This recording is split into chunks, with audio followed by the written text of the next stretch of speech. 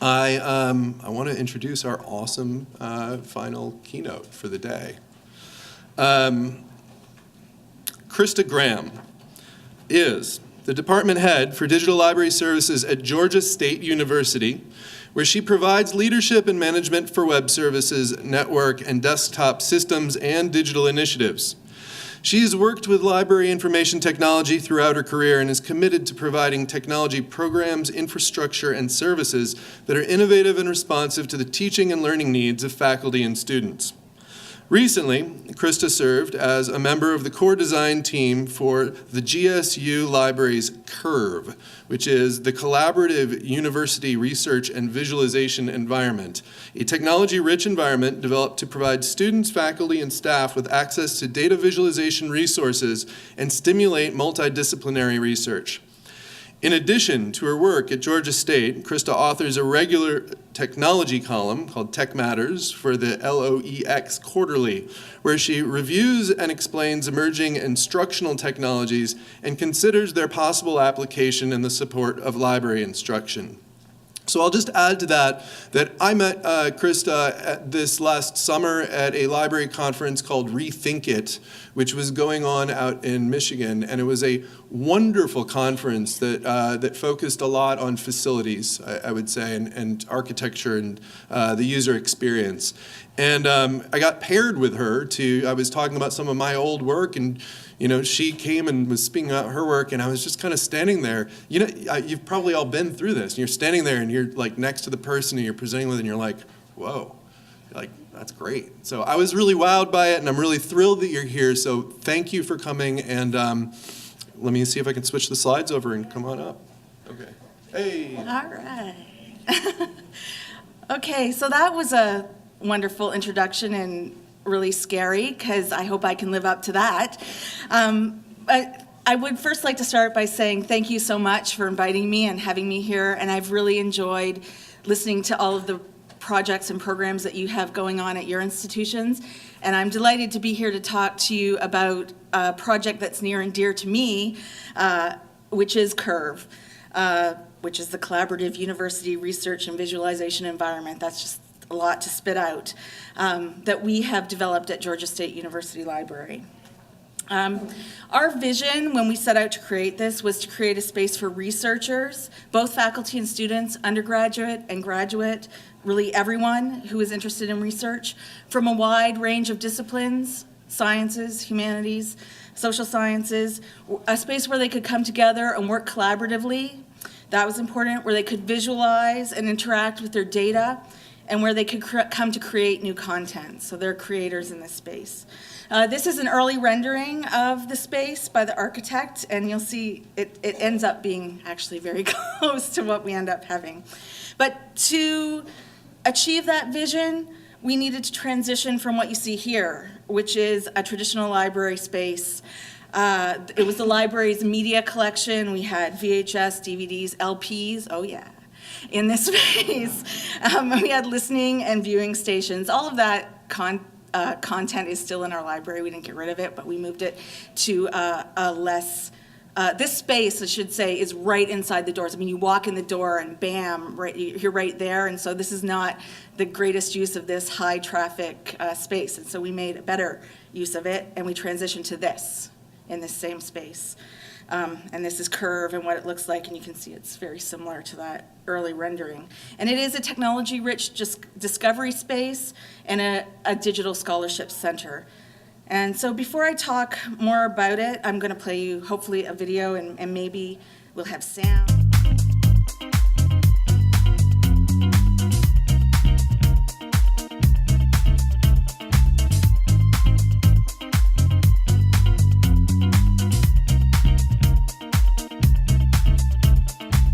Are you a teacher who likes to assign collaborative group research projects?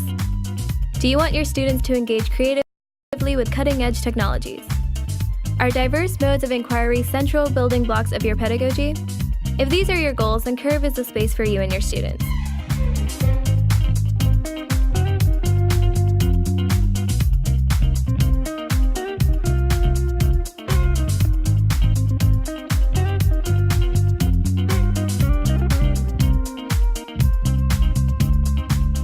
CURV stands for Collaborative University Research and Visualization Environment.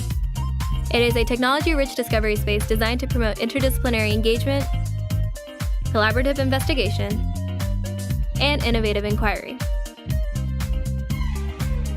CURV's centerpiece technology, the Interact Wall, is a touch-enabled 24-foot wide video wall designed for visual and data-rich research projects. 7 additional workstations, including the advanced 4K workstation, are available for faculty and students to work with and manipulate large images and datasets. Each workstation provides access to specialty software packages for quantitative, qualitative, and spatial data analysis.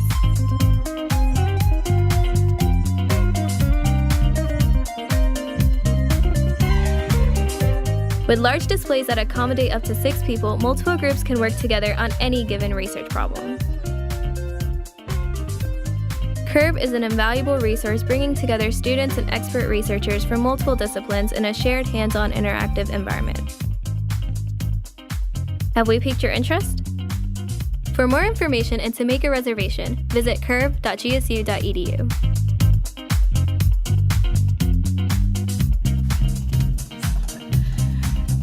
Probably don't need more of that funky music. All right. I just want to say one thing about this video. It wasn't produced by the library. It was actually produced by students, student innovation fellows that we have working in our space. And I'm going to talk a lot about the type of projects and work that go on in the space. And this, interestingly enough, is an example of that. So the students felt we needed to promote the space, and they went ahead and created something to do that. But before I move on, I really thought it would be a good idea to talk a little bit more about the larger questions and the issue of why. Why would you create a space like this? And despite what our friend here might suggest, it's not just to do it. I mean, there are really valid, good reasons to invest in this type of space. For us at Georgia State, it aligns with the strategic goals of our institution.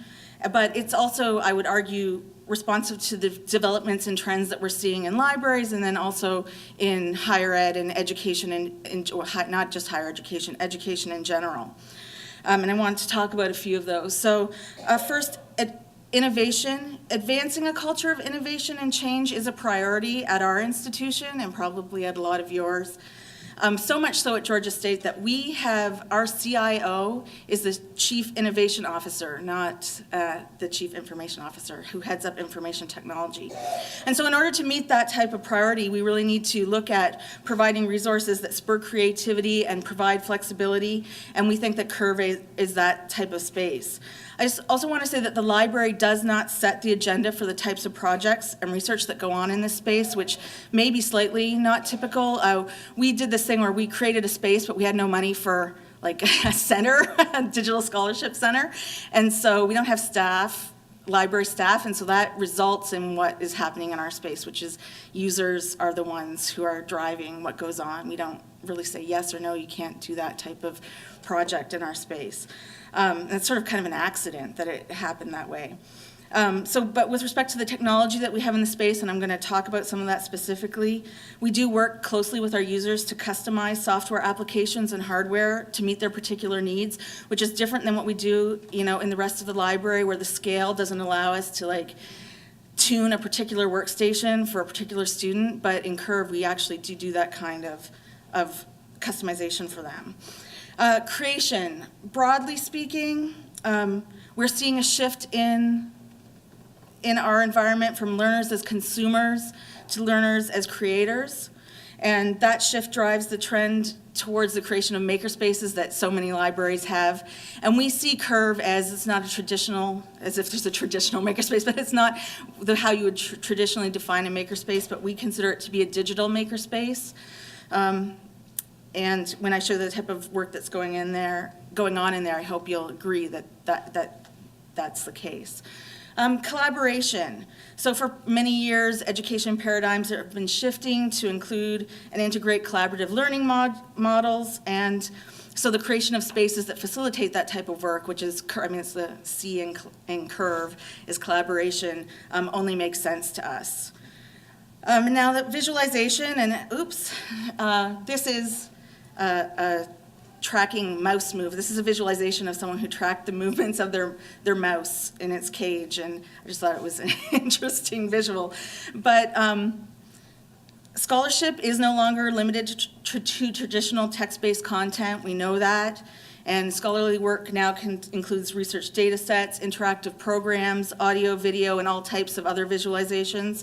And the creation of that type of content requires resources, hardware, software, computing power that may not be readily available to most people. And so we have the opportunity in libraries to, as we've done many, many times throughout our history, to bridge the technology gap for our users and make these types of resources available to them. And then finally, multidisciplinary research. So probably this trend towards the multidisciplinary is driving all of those other trends in a lot of ways. It's not just a trend in academia. Obviously, it's happening in industry and society in general, as whole groups of individuals are coming together with different skill sets to create teams that are more productive. And we think that Curve is the type of space that can bring those teams together, and in fact, in some cases, introduce those teams to one another. They wouldn't otherwise meet, and they're meeting in this space and then coming together for collaboration. And then I thought also wanted to talk a little bit about why the library and not someplace else. Because you could put this anywhere on a campus, but we would argue that the library is one of the right places. First, the issue of access and community. Libraries are community spaces, and however we define our community, we tend to be inclusive, inviting all of them into our space, and that's what we do in Curve. Again, it's graduate students, undergraduates, faculty, researchers. We even community it's a little harder for them to get in because of access restrictions we have at our campus, but they come to our space as well. And that openness, like I said, results in those serendipitous meetings and sharing of knowledge and facilitates collaboration. And then for us, we also have long hours. I mean, I think academic libraries in particular have long hours, so we're available at times that work for researchers. And also, as I've heard multiple times today, we know libraries have been engaged in the transition from analog to digital for years. We're not new to this. And we have a great deal of experience about certain aspects of creating, managing, curating, and preserving digital assets that can be very helpful to those who are engaged in this type of research. And I would encourage us not to undervalue our expertise in that area. Sometimes we think this isn't what we do, but we've actually been doing this a long time. And that piece, that preservation, curation, we actually get a lot of questions around digital projects related to that. That's most likely for a researcher to come and ask us to help them with that aspect of their project. So back to Curve. So the planning for Curve began in early 2013. And we included all the typical things you would do when you're planning a space. We went to visit, we did literature reviews, we went to sites. Here are two sites we went to that sort of were inspiring to us: North Carolina State's Hunt Library, the Clemson University Digital Resources Lab. We also went to spaces in corporate America that I cannot tell you about because we're sworn to secrecy, but several large Atlanta-based corporations are using this type of technology, and we went and visited them. But because our goal was to create a user-centered space that would provide the tools for multidisciplinary collaboration, we did want to talk to our users, and we did do that. So in September of 23, we did a series of focus groups. We did them with different groups: faculty, undergraduate, graduate, library staff, and information technology staff. Each had their own focus group. We wanted to know what they were interested in. Did they want collaborative spaces? Yes, they do.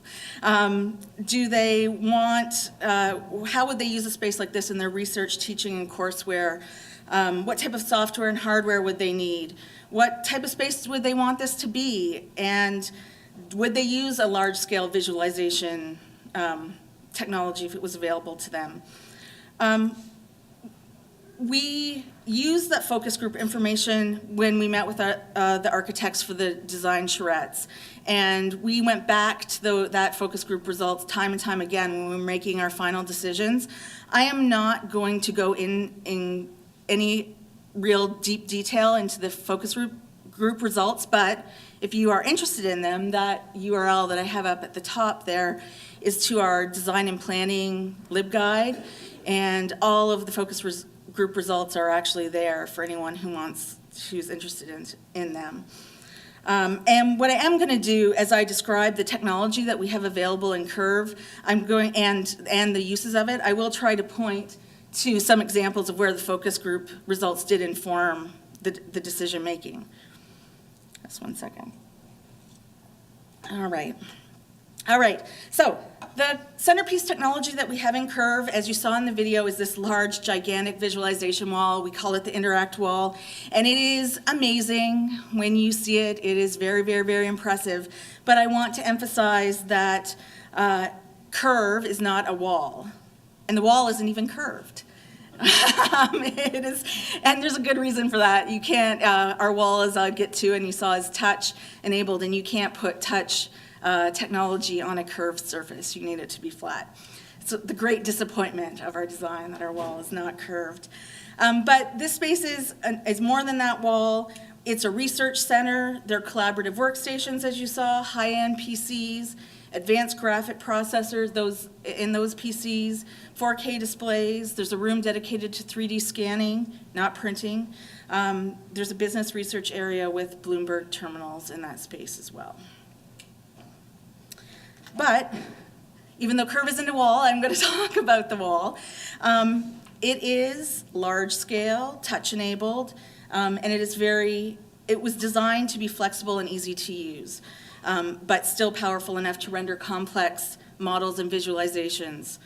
The wall is 24 by 4.5 feet. It's like a big old Band-Aid.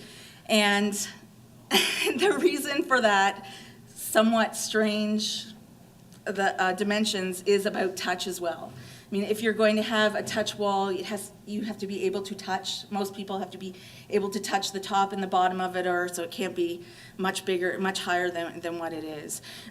The height of it is determined by their military. Who knew? There are military standards for this type of thing, and we are set to the military standard for the height of the wall. I'll say for me, I can only reach the top of the wall when I'm wearing high heels, and when I'm I have to sort of do a little jump to get to the top. Ease of use was the most important thing for us in the decision making around this technology. We had a wall at GSU, another wall in a science building. It was much older, much earlier technology. It was a beast to use. It's actually just recently been decommissioned. They took it down. You needed training to do a presentation on it. You needed someone to help you set up your slides to be the right dimension, and your content had to be this and that and in this format. We did not want that, and our users did not want that. That came up in the focus groups. I mean, if you're going to have this wall, they're imagining Minority Report like everyone does. I will gesture at it. We don't have that. We don't have gesture technology, although we considered it, and maybe we'll do it in the future.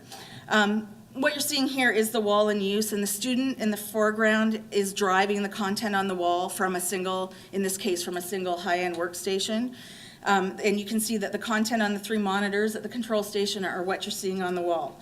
It's just a PC with a lot of computing power, but there's nothing special about it. It's Windows 7. We should have Windows 8 on it, right? But we don't, or even 10. And so it's that simple. Do you know how to use a computer? Yes. Do you know how to use your application? Yes. Well, then you know how to use your application on the wall. What you see in front of you is what you get.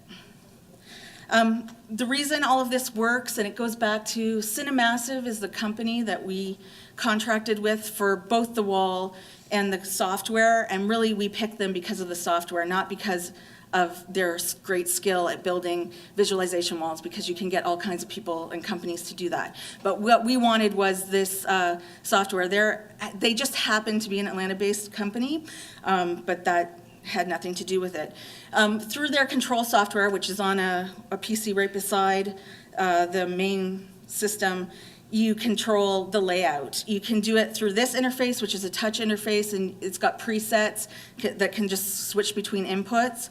Or you can use, and really quite frankly, we use this more, the full console Cinenet software, which lets you, basically what you do is you pull, I know that's a terrible image, but you can pull your inputs from the left, you pull them onto the grid, and they lay out the input wherever you would put it on the screen, whatever size. I mean, the grid at the bottom has, 12, but you could really put 6 things in each grid.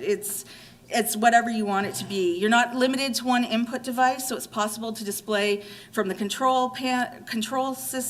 computer, also from, at the same time, on another part of the wall, you could have something from your tablet or your laptop that you brought in, which, here's that happening. So this is an example of bring your own device. We've got an iPad hooked up to the wall, and it's displaying in the middle, and on the other 2 ends are the content from the control station, which is just laying over. We have all the dongles in the world to to attach whatever device people bring in to our wall. The wall is touch, and so you don't have to be at the control console, obviously. The degree to which you have success with touch really has a lot to do with the application and how much it likes to be touched and is designed for touch. This is Google Earth, and Google Earth and touch are great friends, and so we have lots of pictures of Google Earth on the wall, and that's what you're seeing here. And that, before I move on, I guess I should say that touch, that is an example of something that came up in the focus groups, that people did want touch. And we had a big debate amongst ourselves, are we going to do this touch thing because is the technology really there yet, or are we not? And at the end of the day, we decided to go ahead with this giant touch wall because our users said, yes, we would want to interact with our data and get up close and personal with it in that way. We also have, this is a 4K workstation that we have in the space. It's an 84-inch, also touch display on a high-powered workstation. And the thing about this wall, this mini wall, is that it interfaces with the big wall. So you can take your content from here and throw it. It can be an input on the main wall. Here are the collaborative workstations that facilitate peer learning and team-based research. The furnishings were selected to facilitate group work. The tables are as they are because they are cozy and comfy. Everything's on casters, so it can be all moved around, and the students do move it around into different configurations. I will say the one thing that's hard to move around, even though the computer stand is on wheels, I mean, you have a limitation of if you want it to be connected, it is plugged into the wall. It's not wireless, so that's an issue. But the students do make their own spaces and move things around, and you'll see that in a little bit. Each collaborative workstation also has a HighEnd PC or Mac. We have a few Macs. They all have multiple cores, scientific grade GPUs, large displays for advanced graphics.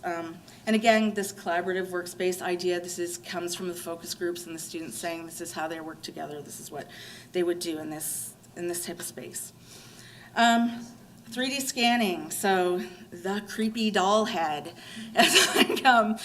This is a 3D scanner that is used in, I'm going to show you a project where this technology is being used, and in fact, I think the creepy doll head comes up multiple times in my slides because it's just, I don't know, we love to take pictures of it.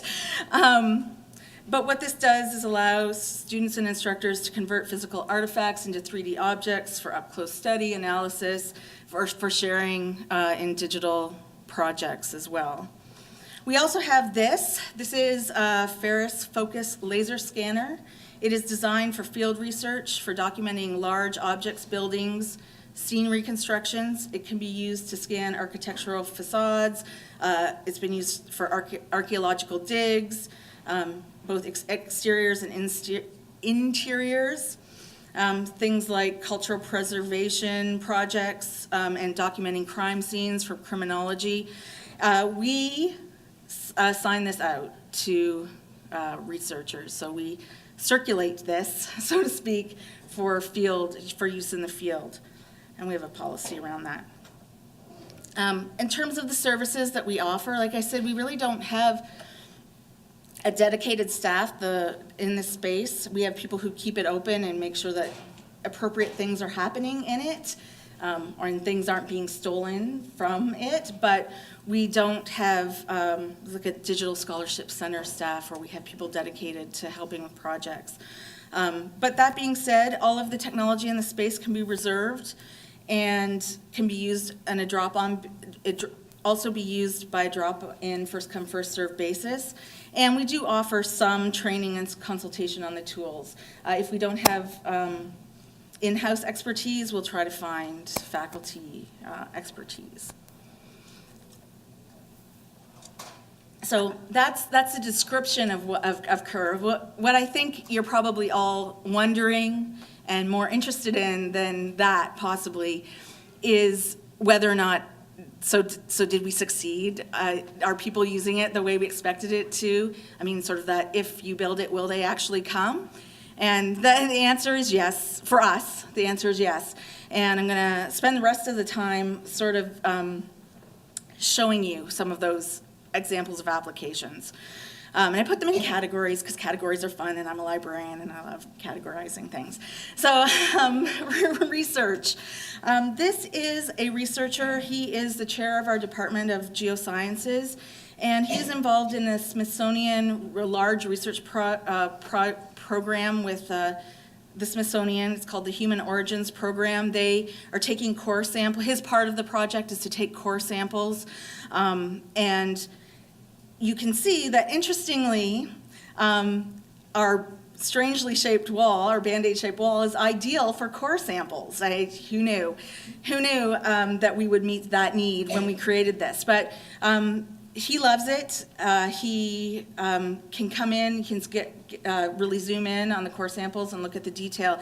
And in fact, just last week, Georgia State hosted a conference for the other researchers on this project. There's 5 research teams from 12 countries. They came to Georgia State to talk to one another, and then they arranged time to come into the library to examine all of their samples on our wall and to talk to each other and discuss them. So this is sort of that's what's going on here. Going back to those ideas of people meeting and making connections, this is an anthropology graduate student who did work in Curve as part of our Student Innovation Fellowship Program, and he's working with a geography professor and graduate student to make a 3D model of a river basin, so it's her project. But they came together because they were both in the space at the same time. He was demonstrating this Agisoft software that he uses to create these visualizations. It creates 3D models from still flat 2D photographs, stitches them together. And they started talking about how does this work, and then next thing you know, they're working together on this project because he has expertise in the software and she sees a use of it, and that's the type of thing that's happening in the space when people are sort of seeing what's going on. This is a protein model created using a visual molecular dynamics, and it requires the software tools that are too complex, or it is too complex to analyze or even view on a regular using conventional means. It requires high-end computers and graphical processors just to create it, and then you can see just to look at it. This works with touch, actually. You know, obviously you can't see it, but this person can move this around and look at different views of the molecule in real time. These are 2 undergraduate students in chemistry and biology. And they are looking at a digital slide from the NYU School of Medicine virtual microscope. So this is an example, this is not our application. It just sort of shows, this is available on the web and it looks great and on our wall, and also works perfectly because it works on a computer. so it works perfectly on the wall. And this is an undergraduate student in computer science. He's using Arduino and Raspberry Pi, and he's trying to develop a device that can recognize color, not just recognize that something is color, but recognize what color it is, and that's why he's got the Rubik's Cube there. And he was working in our space using our hardware as like an interface for his programming that he was doing with that device. All right, so we also have instruction going on in the space. Here we have a graphic design faculty member who's holding a critique of student work. The wall allows him to have them lay out multiple works of art together. There are 6 there, and so that they can be compared side by side, which wouldn't be possible or easy in his regular classroom with a regular projector. This is a faculty member in archaeology, or anthropology, sorry. He is doing virtual tours of major archaeological sites in Mesoamerica with his students. He's starting out in Google Earth and showing the multiple spaces from space, then he zooms in and they look at particular sites, and then they zoom in more and they look at, up close the temple face.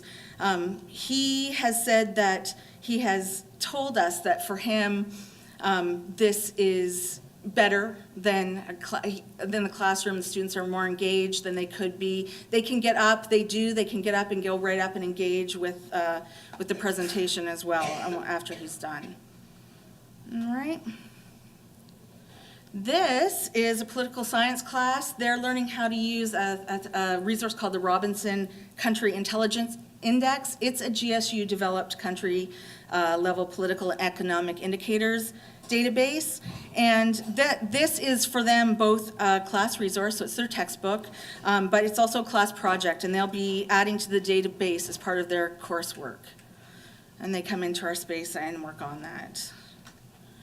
Right, we have presentations, as you might expect, happening in the space. This is an end of semester symposia where students are showcasing their projects. In the photograph, this is a graduate student in public health using overlays in Google Earth to tell a story.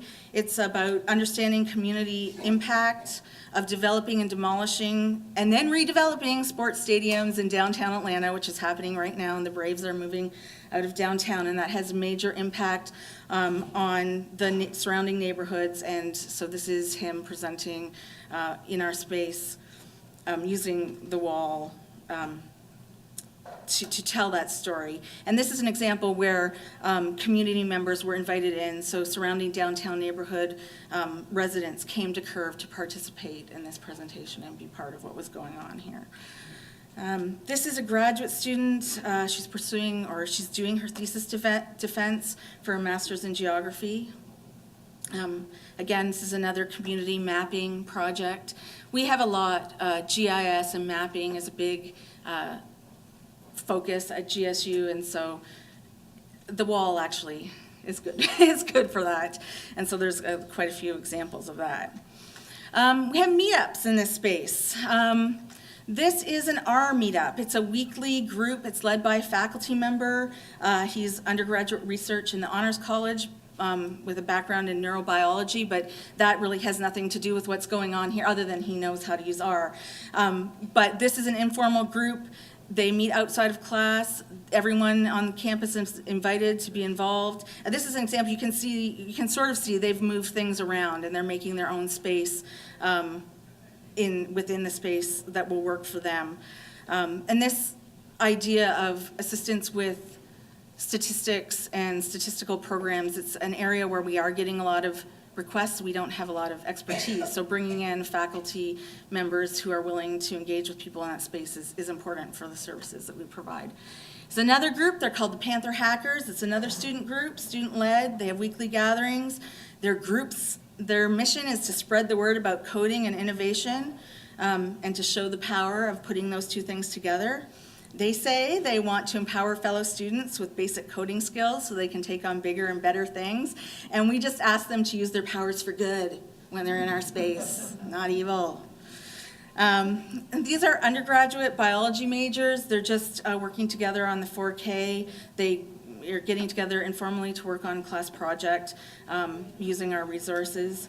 And this is another example of that, but these are undergraduate students in health sciences, but I like this one because it sort of shows the power of the wall, or at least they're using the wall in one of the ways it's intended, which is, they are taking multiple inputs. They have 10 windows open that they're laying out on the wall. One of them is working right on the wall with touch. They've got at least one of those layouts is from a laptop that they've brought in. So they're using, the functionality of the wall. And, they just showed up and did this. It's not like it was any planned thing or that they needed to. They might have booked the wall, I don't know. But they wouldn't have necessarily had to if it was available. Workshops, we offer workshops. This is actually one of the few this is our social sciences and data services librarian. She's our campus expert on In Vivo, which is a qualitative data analysis tool, and she does frequent workshops, and they're very, very popular, open to the entire campus community. This is outside workshops. So this is Tableau. Tableau works wonderfully, and it's for visualizations. It works great on the wall. And this is the vendor demonstration. So we brought in an outside presenter, again, open to the campus community to come if they wanted to participate. I just want to say the thing about the wall and what it allows in terms of those types of presentations, and what you're seeing here happens frequently, is after or sometimes during, but more typically after a presentation, instead of everyone just getting up and leaving, because they can go up to the wall and engage with it themselves, they sort of do, and then they hang around because they want to use the wall, and then they hang around and they talk to each other, and there's sort of like this ongoing conversation that sort of happens fairly frequently, and that's what's going on here following a presentation. And then I just thought I'd close with talking about some digital scholarship, examples of digital scholarship that are going on or have happened in the space. These are not, again, library, well, there's one, but they're basically not library driven. This is an English class. They are using computer modeling and digital composition and students are learning about multimodal rhetoric and archival research methods. What they're doing, these artifacts that they have are from something called the Phoenix Project, which are artifacts that came from the MARTA dig. So when MARTA is the subway in Atlanta. And so when they were digging that, they found all of this stuff and they kept it, and it's at GSU. And the students in this class are digitizing those things using 3D scanner, using photogrammetry, which is taking photographs and stitching them together. And then they are creating a digital exhibit. They're describing those artifacts. They're doing research on those artifacts to find out more about the history of it, to try to find out. They are creating narratives of how it may have come to be where it is. And those are ending up in an Omeka exhibit, which is not developed by the library, but by the instructors and the students in this class. And they presented at this. And there's the doll. See, it's back. The creeping doll head is back. So it's part of their project. It was found in the subway dig. This is a project called Tracing a History of Atlanta's Public Transit. This is the library-led project by our GIS librarian, but it was built entirely by students. It's an hosted Esri story map, which visualizes changes in the Atlanta public transit system. And what Esri lets you do is combine georeference maps, which we have many, many of in our collection. We have had grants to do that. We have a large project called Planning Atlanta, which is where we've digitized these types of materials. But then this lets them add narrative text, images, and multimedia content to sort of tell a story. And here are students on that project demonstrating some of the interactive features that they've embedded, and they're demonstrating it on the wall. Again, not created for the wall, but displayable on the wall. This project is called Stadiumville.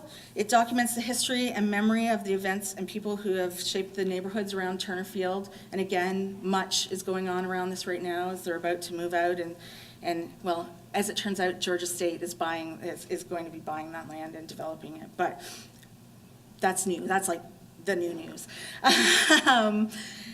And anyway, this is a Google Maps. The overlay are pinpoints. The pinpoints then point to these oral history YouTube recollections of what's going on.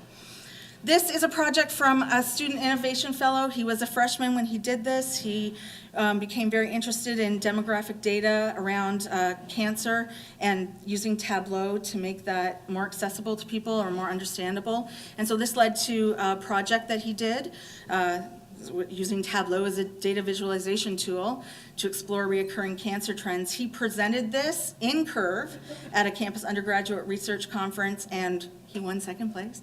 And he's also published in this journal on that subsequently. And then last one, this is a project called 3D Atlanta. It's recreating an Atlanta city block to show the historical view of the space from the 1920s and 30s.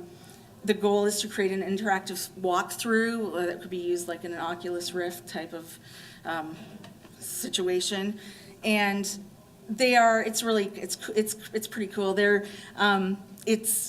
The dimensions are based on, we've got maps that show the sizes of the lots, and then they're using that data to figure out from photographs how high the buildings would be, so like that it's accurate in their walkthrough. They're using archived photographic material from our collection to render each building, and then once they render it, they use the photographs to overlay and make it color pretty. All right. So that's it. And I'm happy to take any questions.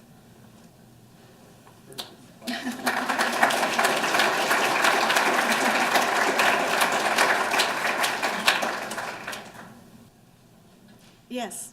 Do you give each student a certain amount of storage space or some sort of server? That's a really great question. No, we don't in the library.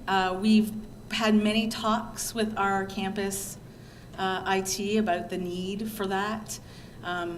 Also about the need for shared space more than individual. I shouldn't say no. I mean, the students do have access to OneDrive, and it's a campus OneDrive, and it's huge. I mean, there is some limit. First it was unlimited, now it's limited, but they have that. But that's not really what they need. They want shared spaces where they could work together and don't necessarily have to share part of their drive. It's been an issue. We've had talks.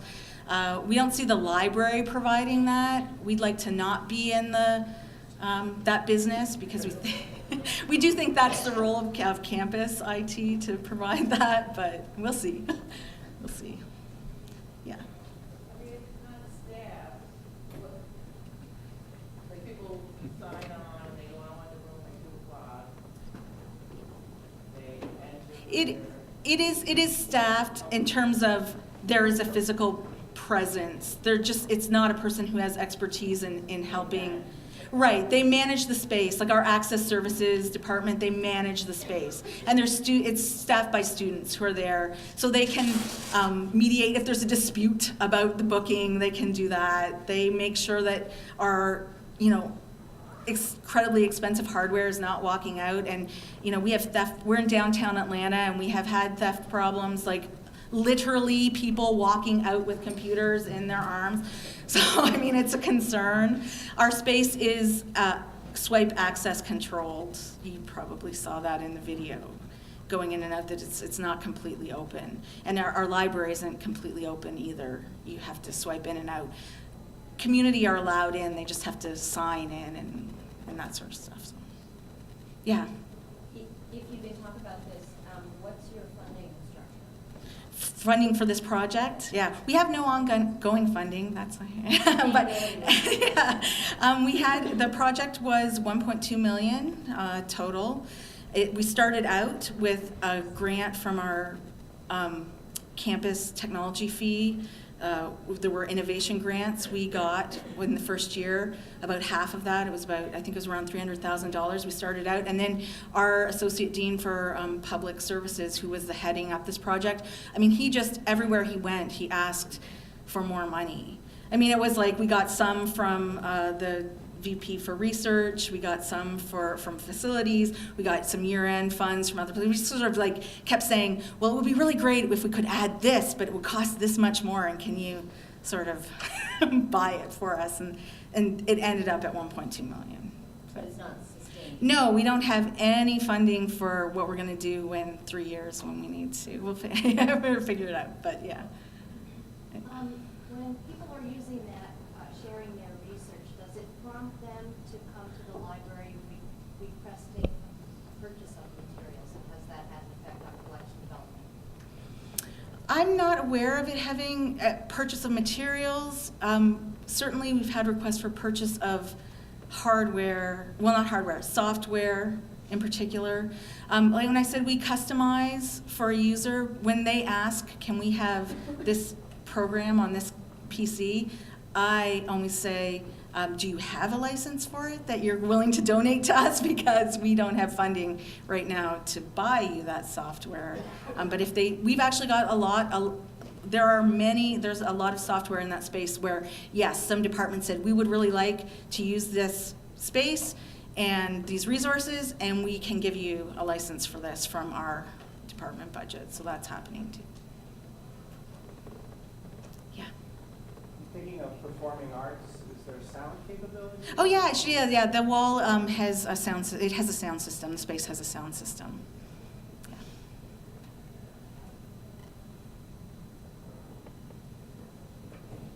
Yeah. How many different groups can work without just interfering with each other?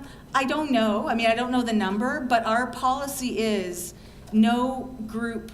I mean, if you book the wall, you are only booking the wall. You're not booking the space, except, okay, if the president wants to do some sort of event, he gets the whole space. But if you're not the president or someone like that, you're booking the wall, and you need to know that there are going to be other people in that space potentially doing whatever in one of those other workspaces. And similarly, if you're in one of those other workspaces, there could be a presentation and you're going to hear it, and you kind of need to be okay with that. It's that type of space. And no one's complained. It doesn't mean maybe they don't like it, and maybe that makes them leave, but no one's complained and said, this needs to be a quiet space. They seem to understand what's going on in that space.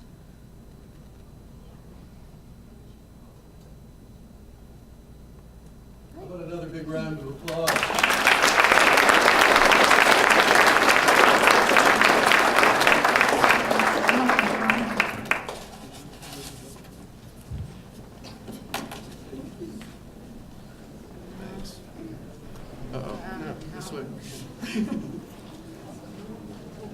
So at this point, thank you all so much for making this an incredible day. There's just been so much fun. I look forward to seeing you